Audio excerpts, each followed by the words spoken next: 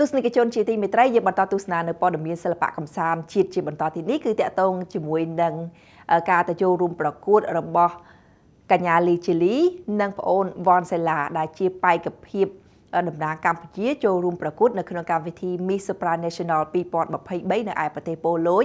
ដោយការពីពេលថ្មីកន្លងទៅនេះវគ្គប្រកួតបឋមក៏បានធ្វើរួចមកហើយនិង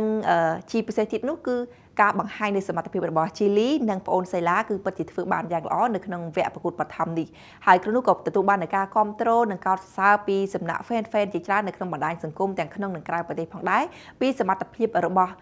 ប្អូនទាំងពីរដែលបានតំណាងកម្ពុជាចូលរួមប្រកួតនៅក្នុងកម្មវិធីនេះទស្សនិកជនជាទីមេត្រីសម្រាប់វគ្គប្រកួតបឋមគឺរៀបចំធ្វើឡើងកាលពីថ្ងៃទី11កន្លងទៅហើយនៅថ្ងៃទី14ខាងមុខនេះកម្មវិធីប្រកួត